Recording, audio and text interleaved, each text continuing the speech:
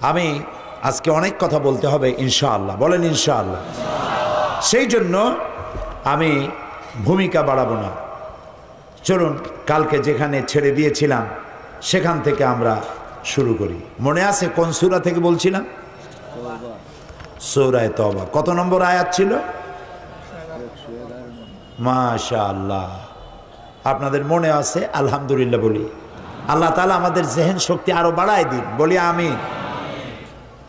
সূরা তওবার 111 নম্বর আয়াতের ব্যাখ্যা করেছি। ওই দিন বলছিলাম গত রাত্রে যে দুটি আয়াতের কথা বলবো, 111 আর 112। 111 নম্বর কালকে বলা হয়ে গেছে এবং বলেছিলাম আল্লাহ তাআলা এখানে মোমেনদের জন্য 8টি বৈশিষ্ট্যের কথা বলেছেন। আচ্ছা বলেন তো জাহান্নামের সংখ্যা কত? জাহান্নামের সংখ্যা 7 আর জান্নাতের সংখ্যা 8। সূরা ফাতিহার মধ্যে আল্লাহ 7টি আয়াত নাজিল করেছেন। আল্লাহ রাব্বুল আলামিন সূরা ফাতিহা নাজিল করেছেন আয়াত কয়টা বলেন? আর জাহান্নামের সংখ্যা কয়টা? সূরা ফাতিহার 7টি আয়াতের শিক্ষা যদি কোনো মানুষ গ্রহণ করে, আমল করে, আল্লাহ রাব্বুল আলামিন তার জন্য জাহান্নামের 7টি দরজা বন্ধ করে দিবে।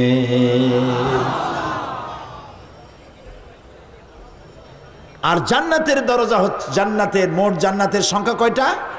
8টা। এখন জাহান্নাম বন্ধ যদি কারোর জন্য হয় তাহলে খোলা হবে কোনটা? জান্নাতের দরজা, যার জান্নাতের সংখ্যা হলো 8টা। এখানে মোমেনের 8টি বৈশিষ্ট্য আল্লাহ বর্ণনা করছেন। এই 8টি বৈশিষ্ট্য যদি কেউ গ্রহণ করতে পারে আল্লাহর 8টি জান্নাতের দরজাই তার জন্য খোলা হয়ে যাবে।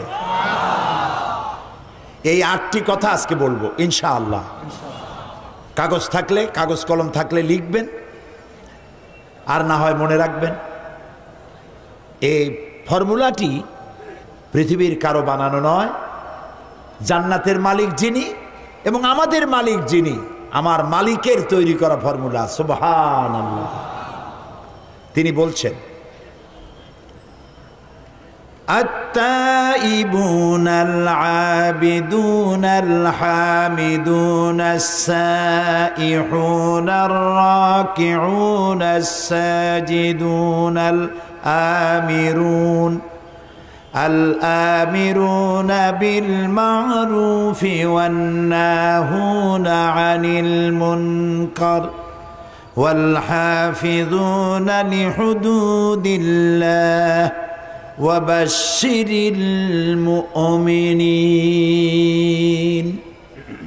صدق الله العظيم। আল্লাহ তাআলা বলছেন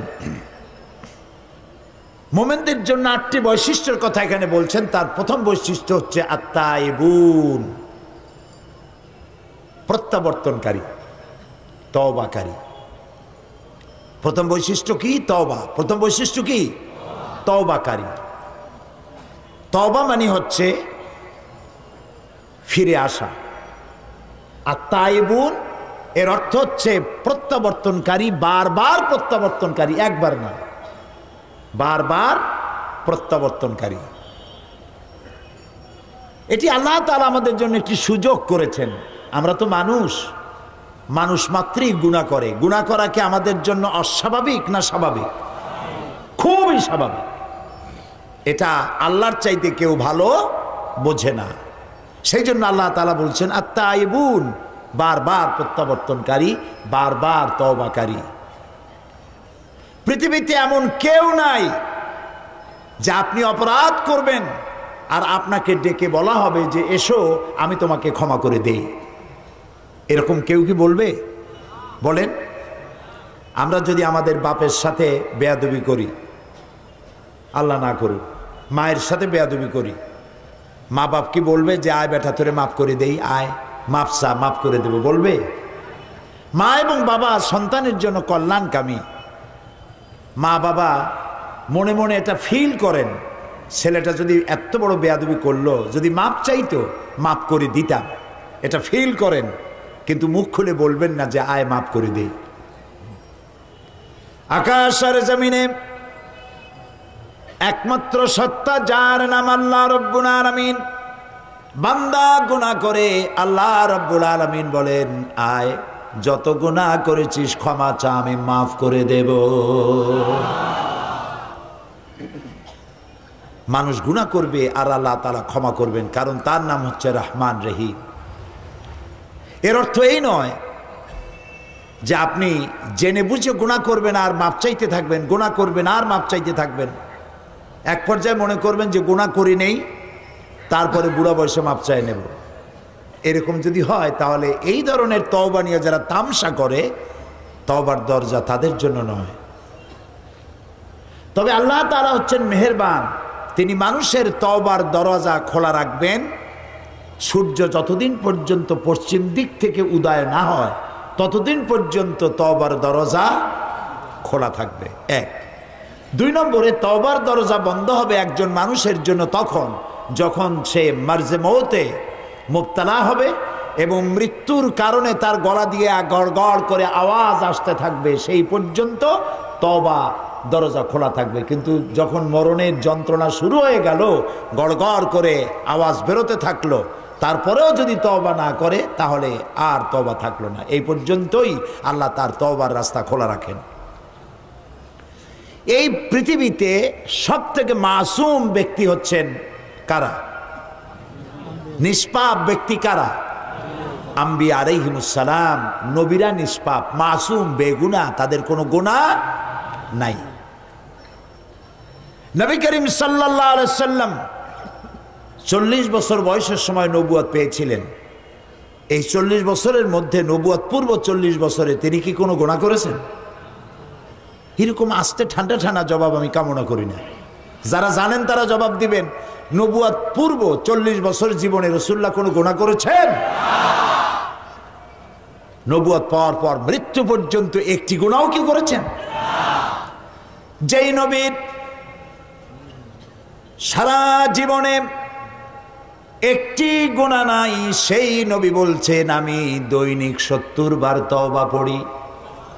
নবীজি আরো বলেছেন আমি দৈনিক 100 বার তওবা পড়ি।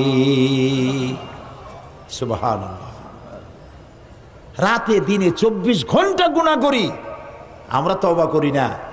আর রাসূলুল্লাহ দৈনিক 100 বার তওবা পড়তেন। নামাজ পড়তেন, সালাম ফিরিয়ে বলতেন আল্লাহু আকবার, এরপর 3 বার বলতেন আস্তাগফিরুল্লাহ, আস্তাগফিরুল্লাহ, আস্তাগফিরুল্লাহ। কয়বার বলতেন মনে থাকবে আপনাদের?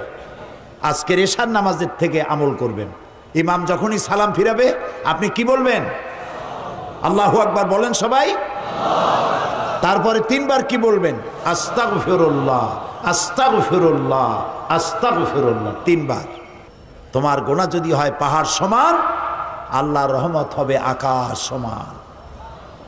তোমার গুনাহ আকাশ সমান, আল্লাহর রহমত তার আরশে আজিম উপচে পড়েছে। সুবহানাল্লাহ। এত দয়া, এত মেহেরবান, এত রহমত আল্লাহ তাআলার। সেই জন্য আল্লাহ তাআলা বলছেন আত-তাইবুন, মুমিনের সবথেকে বড় বৈশিষ্ট্য, 1 নম্বর বৈশিষ্ট্য, সে তওবা করবে, বারবার তওবা করবে। রুকনি ইয়ামিনি এবং হাজারে আসওয়াদ কাবা শরীফে, এইখানে কাবা শরীফে যে গেলাফ আছে, এই গেলাফের চতুর্দিকে সোনার সুতা দিয়া কোরআন শরীফের অনেকগুলি আয়াত লেখা আছে। রুকনি ইয়ামিনি থেকে হাজারে আসওয়াদ এই অংশে অনেকগুলি আয়াত আছে, তার মধ্যে একটি আয়াত আছে মাঝখানে লেখা। এমন জায়গায় এই আয়াতটি উৎকীর্ণ করা হয়েছে। এখানে যে আয়াতটি লেখা আছে, আল্লাহ রাব্বুল আলামিনের কোরআনের আয়াত লেখা হলো ওয়া ইন্নী লাগাফফারুন লিমান তাবা ওয়া আমানা ওয়া আমিলা সালিহান সুম্মা ইহতাদা। ওয়া ইন্নী লাগাফফারুন, আমি অবশ্যই ক্ষমাশীল। সুবহানাল্লাহ। কে বলতেছেন? আল্লাহ তাআলা। আমি অবশ্যই ক্ষমাশীল, দয়াবান। কাদের জন্য? লিমান তাবা, যে ব্যক্তি তওবা করলো, ঈমান আনলো এবং নেক কাজ করলো, নেক আমল করলো, সুম্মা ইহতাদা, এবং এরপরে সেই নেক আমলের উপরে টিকে থাকলো, হেদায়েতের উপরে টিকে থাকলো, আমি তার জন্য ক্ষমাশীল। আল্লাহর ক্ষমা তার বান্দাদের জন্য বিশাল মেঘের মতো ছায়া দিয়ে আছে আমাদেরকে। হযরত ওমর ফারুক রাদিয়াল্লাহু তাআলা আনহু একবার হেঁটে যাচ্ছিলেন অন্ধকার রাতে, পেছনে কিছু সাহাবীরা হাঁটতেছিলেন। এমন সময় চলতে চলতে তিনি জিজ্ঞেস করছেন, আচ্ছা তোমাদের মধ্যে এমন কি কেউ আছো যিনি বলতে পারো যে কোরআনে কারিমের মধ্যে মোমেনের জন্য হতাশা ব্যঞ্জক কোনো আয়াত আছে নাকি? একজন চট করে জবাব দিলেন, আছে। কি সেই আয়াত মোমেনের জন্য হতাশা ব্যঞ্জক?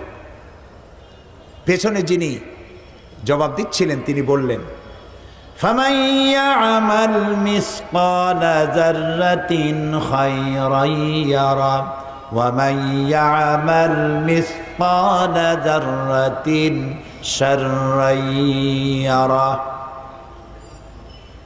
পৃথিবীতে যে ছোট্ট একটি নেকির কাজ করবে, ভালো কাজ করবে, সরিষা পরিমাণ নেকির কাজ করলে সেটা দেখতে পাবে। আর সরিষা পরিমাণ গুনার কাজও যদি কেউ করে তাও সে কিয়ামতে দেখতে পাবে। এটা মুমিনের জন্য হতাশা ব্যঞ্জক আয়াত। ছোট্ট ছোট্ট গুনাহও দেখতে পাবে।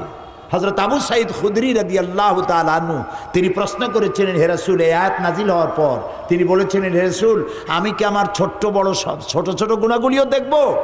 রাসূলুল্লাহ বললেন, হ্যাঁ দেখতে পাবে। হযরত আবু সাঈদ খুদরি রাদিয়াল্লাহু তাআলা আনহু শিশুর মতো ডুকরে কেঁদে উঠলেন, তাহলে তো আমি শেষ হয়ে যাব, আর একবার মরে যাব, আমার সব গুনাহ যদি আমি কিয়ামতে দেখি। হযরত ওমর কাঁদতেছিলেন।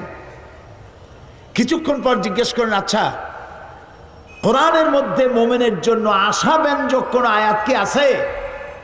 পেছন থেকে জবাব এলো, আছে। কি?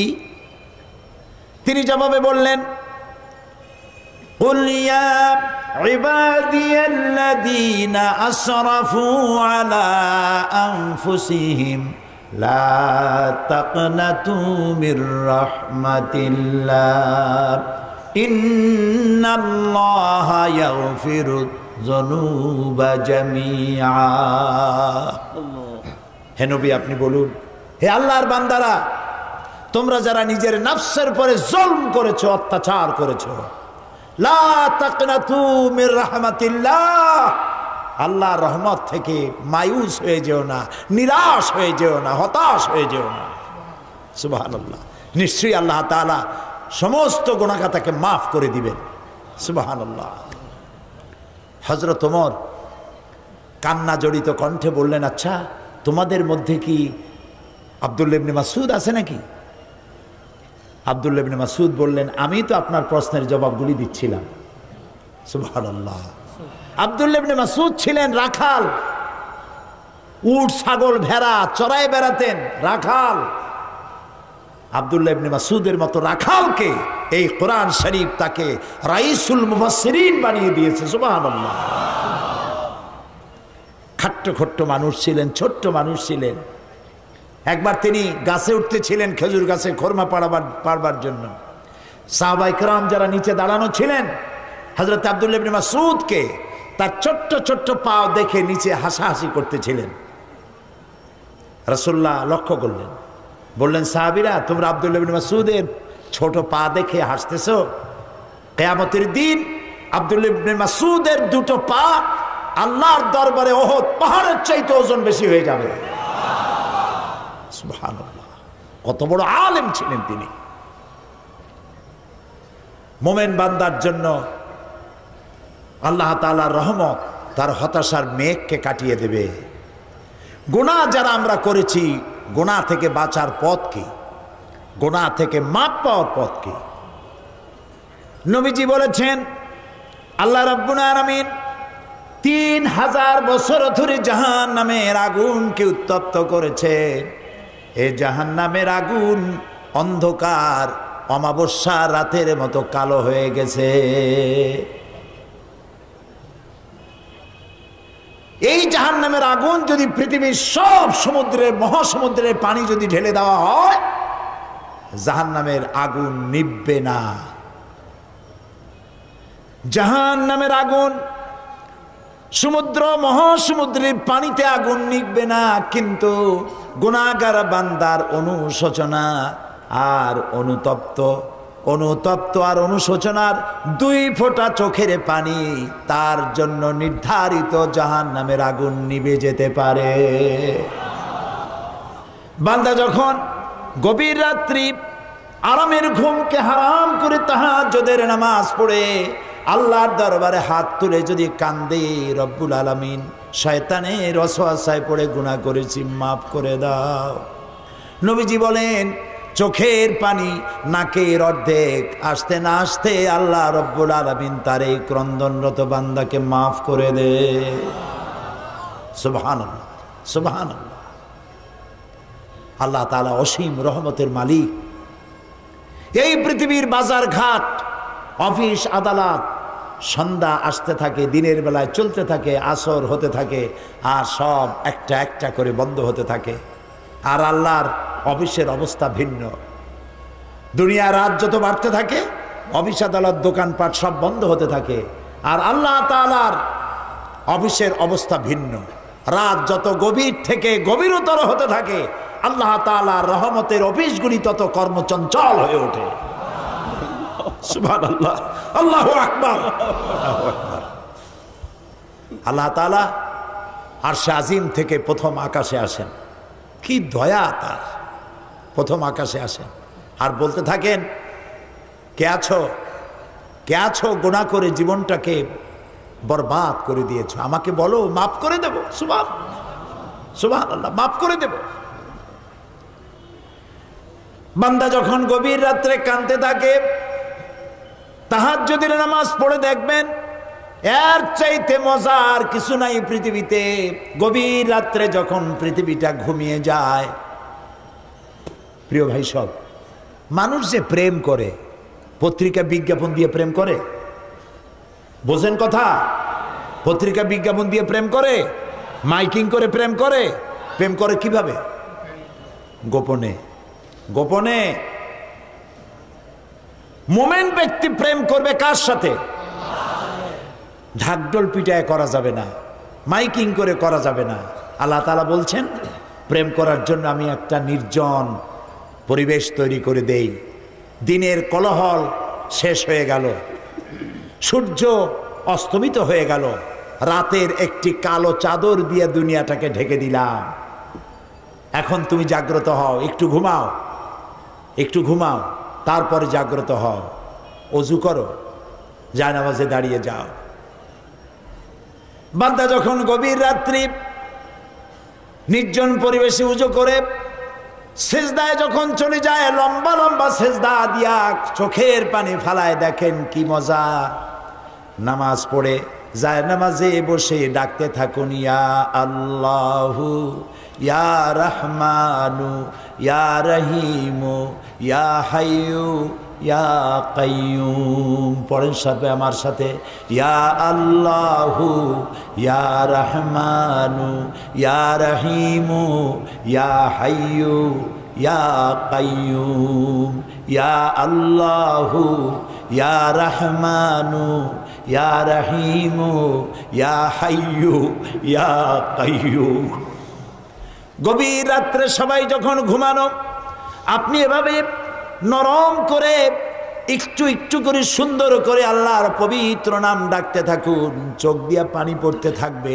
আল্লাহ রাব্বুল আলামিন ফেরেশতারে ডেকে বলেন, ফেরেশতা দেখ আমার বান্দা কান্দে কেন? ফেরেশতারা বলে, রব্বুল আলামিন তুমি তো জানো। আল্লাহ বলেন, হ্যাঁ জানি, তোমাদের মুখ থেকে শুনতে চাই, বলো কান্দে কেন? ফেরেশতারা বলে, রব্বুল আলামিন তোমার বান্দারা গুনাহ করেছে, জাহান্নামের ভয়তে ওরা কান্দে। আল্লাহ জিজ্ঞেস করেন, আমার ফেরেশতারা, আমার এই বান্দারা কি দোজখ দেখেছে নাকি? কয় না, দোজখ দেখে নাই। আমারে দেখছে নাকি? কয় আল্লাহ আপনার জাতের কসম, আপনারে দেখে নাই। বেহেশত দেখেছে নাকি? বলে না, বেহেশত দেখে নাই। আল্লাহ বলেন, ও আমার ফেরেশতারা সাক্ষী থাকো, ওরা আমার বেহেশত দেখে নাই, দোজখ দেখে নাই, আমারে দেখে নাই। শুধুমাত্র আমার নবীর কথা, আমার কোরআনের কথা বিশ্বাস করে আরামের ঘুমকে হারাম করে যেভাবে কাঁদতেছে, লক্ষ্য করে দেখো, আমার রহমতের দরিয়ায় জোশ মেরে গেছে। তোমরা সাক্ষী থাকো, আমার এই ক্রন্দনরত বান্দার বান্দিগুলি আমি আল্লাহ মাফ করে দিলাম। সুবহানাল্লাহ। প্রিয় ভাই সব, আর তাইবুন, তওবা করুন। যত বেশি বেশি পারি আমরা তওবা বেশি করে করব। আল্লাহ যেন কবুল করেন, বলেন আমিন। আল্লাহ তাআলা দেওয়ার জন্য প্রস্তুত। যে চায় না আল্লাহ তার উপরে রাজি নারাজ হয়ে যান। কবি বলছেন, हर हमेशा देने को वो तैयार है, जो न मांगे उससे वो बेजार है। সব সময় দিতে আমার আল্লাহ প্রস্তুত, যে চায় না আল্লাহ তার উপরে নারাজ হয়ে যান। প্রিয় ভাই সব, আল্লাহর কাছে তওবা করলে আল্লাহ মাফ করে দিবেন। তবে গুনার একটি সীমা থাকা উচিত, সীমা ছাড়া যেন গুনাহ আমরা না করি। গুনাহ থেকে সব সময় তওবা করতে হবে। এই গুনাহ থেকে বাঁচার জন্য একটা পদ্ধতি আছে, বলবো কি? বলবো? সেটি হচ্ছে মুহাসাবা, আত্মসমালোচনা করা। রাত্রিবেলা যখন আমরা ঘুমাতে যাই, বেডে গিয়ে ঘুমাবার আগে চিন্তা করুন, আল্লাহ আজকের সকাল থেকে নিয়ে এই ঘুমাবার বিছানা পর্যন্ত আসতে কয়টা মিথ্যা কথা বলেছি আজ, মনে পড়বে না? জবাব দেন। মানুষের সাথে কয়টা ওয়াদা খেলাপ করেছি, মনে পড়বে না? ওজনে কম দেওয়া, খাদ্যে ভেজাল দেওয়া, শয়তানি করা ইত্যাদি যা কিছু করা হয়েছে, মনে পড়বে না? তওবা করবেন, আল্লাহ আস্তাগফিরুল্লাহ, আস্তাগফিরুল্লাহ, আস্তাগফিরুল্লাহ। আল্লাহ তাআলা আমি ভুল করছি, এই গুনাহগুলি আমি আগামীকাল আর করব না, তুমি আমারে মাফ করে দাও। প্রত্যেক রাত্রে যদি আত্মসমালোচনা করা যায়, শোয়ার সময় মুহাসাবা করা যায় যে আজকের দিনে কত গুনাহ করছি, কালকে এগুলি করব না, এইভাবে মানুষ সংশোধন হতে পারে, পারফেক্ট হয়ে যেতে পারে। আমরা কি এটা করা শুরু করব আজকে থেকে? করব? আল্লাহ তৌফিক দিন। আমরা বলি আমিন, আমরা বলি আমিন। প্রিয় ভাই সব, আল্লাহ তাআলার মধ্যে দুইটা সিফত সব থেকে বেশি ক্রিয়াশীল। আল্লাহ তাআলার মধ্যে দুইটা সিফত সব থেকে বেশি ক্রিয়াশীল। একটা হলো রহম আর একটা হলো করম, দয়া আর দান। দান করতে গিয়ে তিনি তাকিয়ে দেখেন না শত্রু এবং মিত্রকে, সমানে দিতে থাকেন, কারণ তার নাম হচ্ছে রহমান। সুবহানাল্লাহ বলে, তার নাম করিম। হাদিসে কুদসিতে এসেছে, রাসূলুল্লাহ আল্লাহ তাআলা বলেছেন, এই পৃথিবীর দাম যদি আমার কাছে একটা মশার ডানার তুল্য হতো, আমি কাফেরকে এক ঢোক পানি গিলতে দিতাম না। এই পৃথিবীর কোনো দাম আল্লাহর কাছে নাই। কুলু ওয়া তামাত্তাউ, খার ফুর্তি কর, জবাব একদিন দিতে হবে। তো আল্লাহ তাআলার মধ্যে কারিমিয়ত, দয়া, কি বলে, দান, দানশীলতা, এই সেপটটা দারুণভাবে ক্রিয়াশীল। আরেকটি হলো রহম, দয়া। এত দয়া যা বলে শেষ করা যাবে না। আপনি অপরাধ করবেন, গভর্নমেন্ট আপনাকে গ্রেফতার করবে, চুরি ডাকাতি যেটাই করেন গ্রেফতার করা হবে, জেল থেকে মুক্ত হবেন, কিন্তু থানায় যে অপরাধের লিস্টে, অপরাধীদের লিস্টে আপনার নাম ছিল, ওই নাম কিন্তু কাটা হবে না। আবার অন্যায় করবেন, জেলে যাবেন, নাম লেখা হবে, কাটা হবে না নাম। যতবার অপরাধ করবেন, জেলে যাবেন, জেল থেকে মুক্তি পাবেন, নামগুলি লেখা হয়ে যাবে, নাম কাটা হবে না। কিন্তু আল্লাহ রব্বুল আলামিন তার আদত মোবারক ভিন্ন। মানুষ গুনাহ করে, গুনাহ থেকে তওবা করলে পরে আল্লাহ রব্বুল আলামিন গুনাহ শুধু মাফ করেন না, গুনার খাতা থেকে নামটা আল্লাহ মুছে ফেলে দেন। শুধু তাই নয়, তওবা যদি কবুল হয়ে যায়, সাইয়্যাতগুলি আল্লাহ তাআলা হাসানাত দিয়া বদলায় দেন। সুবহানাল্লাহ, সুবহানাল্লাহ, আল্লাহু আকবার।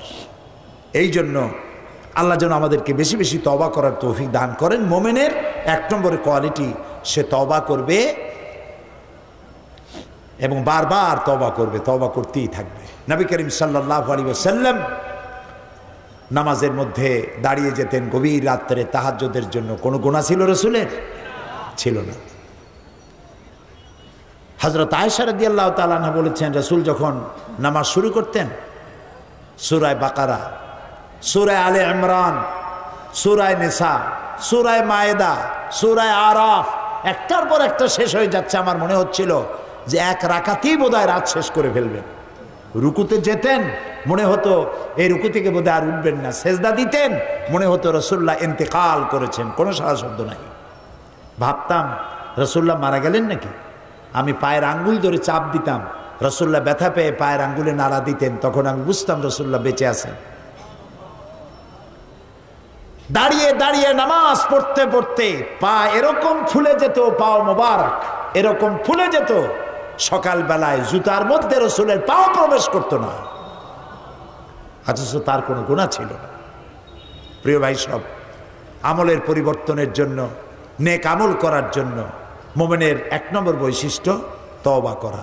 আল্লাহ যেন আমাদেরকে, যারা তওবাকারী তাদের মধ্যে আল্লাহ আমাদেরকে যেন শামিল করে দেন। আল্লাহুম্মা আমিন।